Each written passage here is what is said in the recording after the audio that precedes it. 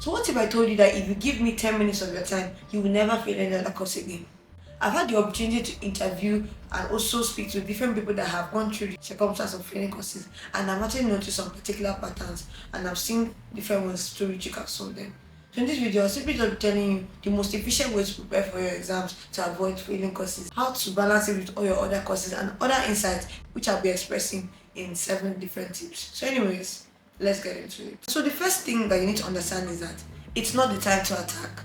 You see those the different people that they carry over courses, and then in the mood of rebellion, they now start stabbing classes. They don't come for classes anymore. The lecturer will tell them this, they will not answer.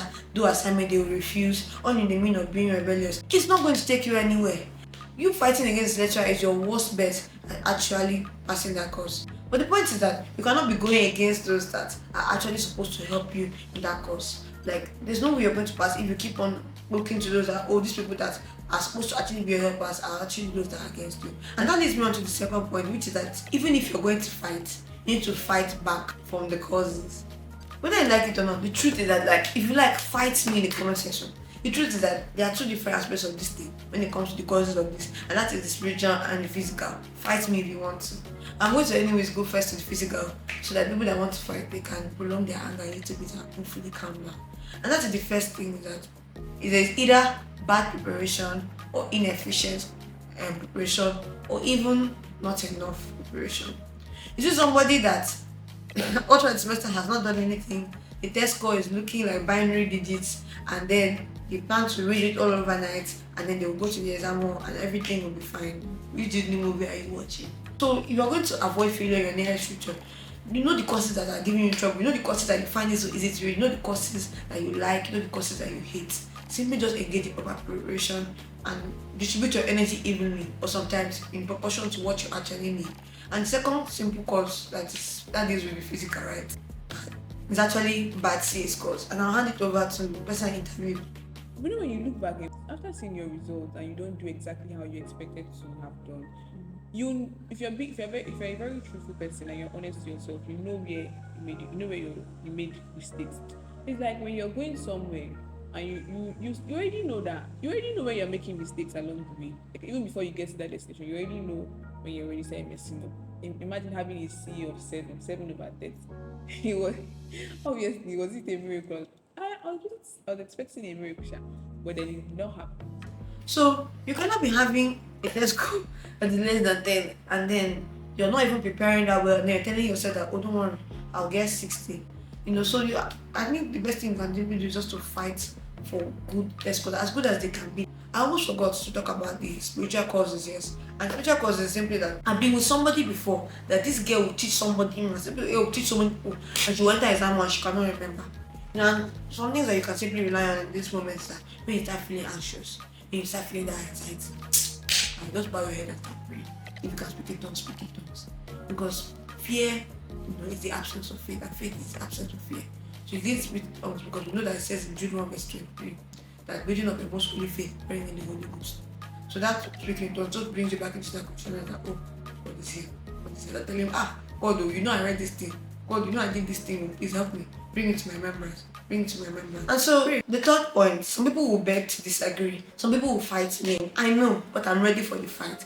And that is simply don't miss classes or skip in classes. And one thing I've really noticed with a lot of people that are not really doing well academically is that some of them actually sleep. I know that there's the vast majority of people that you say that, oh, they're doing well academically, them too, they sleep in class. You don't know what they do in the night. You don't know what they do in the early hours of the morning. But you sleep in class, you sleep in hall, you sleep on the air, what do you want?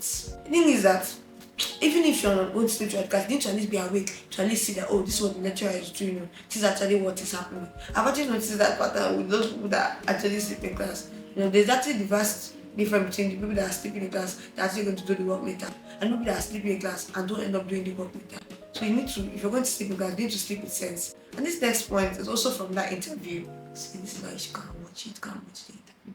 The power of the right people. Then I started crying. But thank God for amazing parents, supportive parents, Jesus Christ. I'm very, very grateful for the kind of family I have, right? There's nobody that is going to kill you if you do not do excellently well. Not to say that we perform terribly, but I mean, there's love surrounding you, even when things don't go exactly as planned, right? Grace of God. But I mean, like, one thing that really helped was having, like I said, the right people around me. So the thing is that if you don't have the right people around you when you're dealing with carryovers, it's going to cause a lot of unnecessary issues. Let me explain. So you have some people that they've kind of normalized failure. They think it's normal, they think it's cool, they think you're a bad guy or something like that. And you have people that they think that, oh, it's just carryover, Joe. You keep carrying over because you think it's normal. But when you stay around some kind of people, you won't be able to normalize such things. And sometimes it's not even the normalization of failure that's even the problem. It's having people that will actually support you and encourage you that you can do better. That's what I love about people that Ella was speaking about, People that encourage you, people that will tell you that no, this is not the end. Failure is not final. Failure is not fatal. There will always be a way around it. Do you need those kind of people that when you're crying, when you're down, when you're like, God, how can I carry over because I must be a failure, I must be very stupid. They will look in the eye and tell you that no, you are created in the image of Christ Jesus. You have the mind of Christ, and therefore you can never be a failure.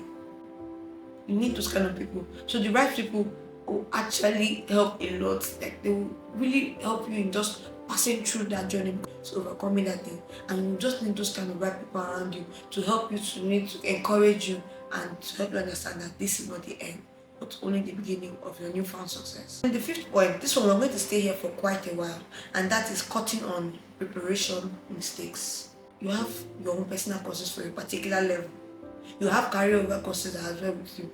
You cannot be reading like everybody else. Why? Because you don't have the amount of time that they have. Your time is short, your time is limited because you have more load than other people have.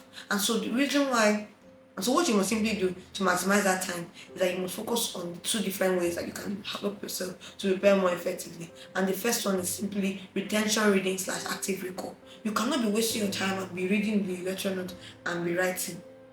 There's no time for that. How what you should have been doing in class. What you should be doing by that time, say, okay, how much can I remember? How can I apply what I've learned? How can I do it better? How can I use my mind to actually see if I actually understood this by trying to explain it to other people, by watching YouTube videos, by trying to answer questions. And that leads me to the second mistake when it comes to preparation mistakes. Most people, they only read past questions to cram the answers and cram the questions. But the problem with reading past questions only is that we have that lecturer who will no longer set past questions in your time, but your own questions will become future questions, which now become fast questions. If you get it, you get it. You have to do your past questions not because you want to cram into, because you've done it last minute, but you do past questions ahead of time. So it's like, okay, I'm supposed to do 5 questions in the exam. Okay, it's going to be one from each of the topics. What are the most important topics that the lecturer talked about? Okay, this lecturer said that, this one to come out by force. You know that, okay, this is going to be a full question. Or if you have those demonic lecturers, that 1A will be a different topic, 1B will be a different topic, 1C is a different topic, then you can just simply spread yourself all across and look for the most important one in each topic and know that, okay, this is coming from here, this is coming from there. And I know I already spoke about this number 6 in spiritual courses, but this is dealing with anxiety and emotional problems in example. And the first one is simply calm down. You looked at the paper, you don't understand anything that is there. Calm down. There was a mistake I made in my last exam, and even though I know that I had read, I saw the exam questions, and I don't know what tears that are coming from my eyes. That tears is just a show of, you don't believe that God can do it.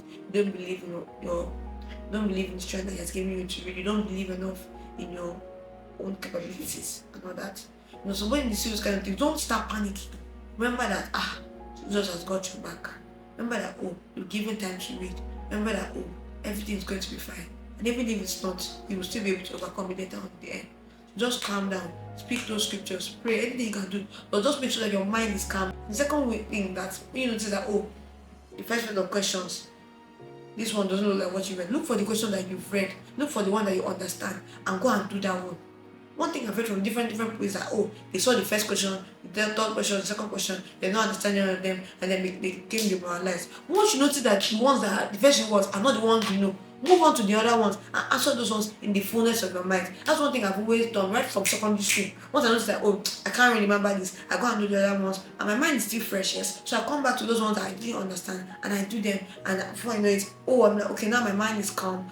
Okay, this is what I was actually supposed to write. And then before I write it and boom, exam goes well. You cannot answer anything with a fluttering mind. You cannot make any collective decisions when you're emotionally imbalanced. So you need to first of all calm down, do the ones you know, come back to them, and don't worry, God will give you understanding. And the last one, it might be the last, but it is not the least, and it's simply your time management. A career over students. You cannot be living your life like everybody else. You have passion courses, you have so many things to read at the same time. Believe me, the time is less than you even think it is. You think the time is smaller than whatever it is. So you need to ensure that you actually manage your time effectively. This is not even just for career students, this is for any student. We all need to manage our time effectively. Don't start classes. Don't start classes like don't not read. You know the things to do, I think I'll do a video on cliche reading things because we've forgotten the basics of academic success. Forget all these ChatGPT, all these do things fast. The fundamentals will always be read, study, work hard, and then to work out. That's always been the fundamentals. So manage your time effectively. That will give you the opportunity to go for your classes, read, and pray to God, and God will do the rest. And I'm going to end with this, and this one is not part of the points, and I need you to understand that you will surely come out of this. I know right now I feel like as if, God, what have I done with myself? Can I make it out of this? Am I ever going to make it? My life is over. But your life is not finished. This is not the end. Proverbs something says, but surely there is an end, and the expectation of the righteous shall not be cut off. Your expectation is that you will pass this course. Your expectation is that you will do better. And so if you walk in that expectation, I'm promising you that definitely, surely, you will actually never carry on any other course again. So work in the consciousness that you are not a failure. You simply failed at something. That's something my teacher recently taught me. That I'm not a failure. I simply failed at so and so. That's the difference. So don't think that you're a failure or something like that. Remember, you are the embodiment of Christ Jesus. You are not a failure. And don't worry, this will definitely be the last course that you ever fail. But if you actually want to ensure that you don't fail your courses, you need to actually learn the different reading techniques and study techniques that will actually help you to do better and actually achieve that first class result of 5.0 that you're actually going for. So click on this video by this side so you can actually get to know those reading techniques that will actually help you. Thank you so much for watching. I love you guys. Bye. Yeah, Annie. Are you done? Yeah, we're done. Don't know if mommy will like me to do the video.